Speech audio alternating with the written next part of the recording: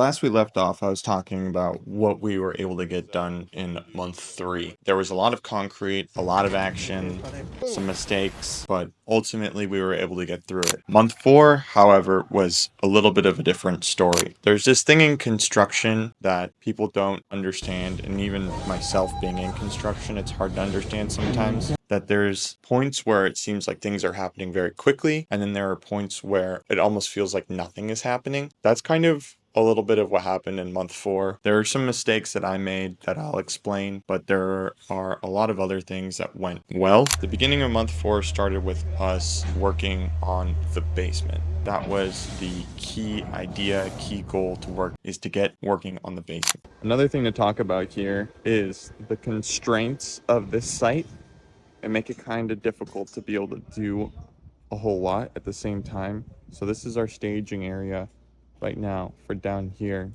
but at a certain point we're going to have to build our floor down here, so we're going to have to figure out what to do with all of the material and where to stage it so that we can start working down here. But that's next steps. However, in order to do that, we needed to get a lot of dirt up and out of the way. So the first thing we did was we rented an excavator and we started getting dirt out of there. We started getting as much dirt as we could out of there. However, there were difficulties because the size of the excavator we could get on the street was too small to be able to reach all the way up to the second floor to put the dirt up there. So we had to leave a little bit of a ramp, which means that we had to leave dirt, which means we couldn't dig out all of our footings. So it was almost a bit of like a Tetris game, moving dirt in, moving dirt out, up, above, until all we were left with was this little ramp that we eventually got out. Then I rented some conveyor belts. This is the next tool that's gonna take us to the next level. So we got a lot of dirt down here that we need to take up there. And instead of dragging it up and walking all the way around, dumping it, we got this conveyor that's gonna do it for us. It took the better part of 2 weeks, I would say. This is the other part of what we've been doing this week. We've been bringing all of this dirt from down there up onto the other side of the retaining wall to prep for. This is the impact wall right here, and then over there there's a swale, and there's another swale that's going to go right here, which basically is just a concrete channel that funnels any water that comes from this side of the property down the hill. It'll run into these channels that go into these area drains right there and right there, and then out through a filtration system that'll be at the bottom of the property eventually. It was a lot of digging, a lot of dirt, and it was not that much fun, to be totally honest, but it had to be done. So once that was done, which was great, it was a huge accomplishment, we were finally able to start figuring out our rebar order and digging out the footings for the basement. And the footings and the grade beams, there were some grade beams as well.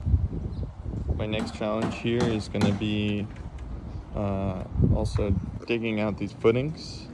Got a footing running this way like this, and a footing running there on the garage that finish up both sides of the wall. So we got a lot of stuff down there that we got to move around and figure out how we can maneuver to get it done at some point this week. We started on that, everything was going well, and then we had to get the geologist to come out to come and check the bottom of the footings. So this orange line going all the way around is our finished floor level, and we're excavating for our footings and our slabs as well. So you have to take into account the depth of the slab, which is 6 inches. You have 6 inches of sand, gravel, waterproofing, vapor barrier, and then you have to go as deep as your footings go as well, plus another 3 inches for clearance of the rebar. So you have to add all of those together, and that's where you get your depth for the footings. One of the most crucial parts about this whole process, basement, any concrete, is making sure your elevations are correct. They have to be correct, because going back and saying, oh no, I put concrete in the wrong spot, it's too high or too low, you better hope it's too low sometimes, because It's a lot easier to add than to take away. And we've run into that a few times, which is, you know, the construction's never going to be perfect. You're never going to nail it 100%, but chipping concrete is not fun. Loud, noisy, dusty, your neighbors will hate you, all of the above. So trying not to do that. So we started forming for the side walls in the basement as well. So there's dirt that basically we're going to be pouring our wall up against like the other retaining wall, but the wall still goes taller than that. It was about a 20-foot wall. So basically the plan right now is to continue forming this wall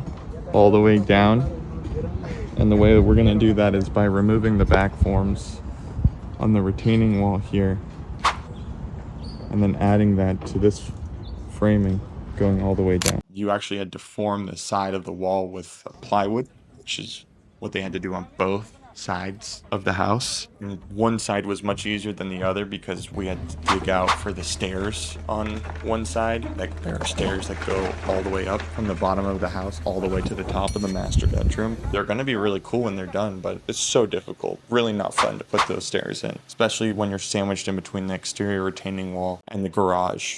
During that time, we also had our plumber. His name is... You know, he's working on making sure that all of our drainage is proper, the site drainage. He started prepping for the rough plumbing for the basement as well. Okay, so this is the trench we're putting up top. We're using it for a few different reasons. White pipes, area drains from everything behind the retaining wall and in front. That's going to be in these backyards right here. It's all going to run this way, then down there. This is electrical conduit right here for whatever we decide to put in, a sauna, lighting, anything that requires electricity out here. And then this black pipe is going to be for the drains for the roof, the downspouts. And these are all going to run this way down here to our LED planter filtration system. Okay, so that was a majority of what happened in this month. I really hope you enjoyed this video. Please tune in for the next one, and I'll be sure to give you some more updates. Hope you like it. See you next time. Thank you.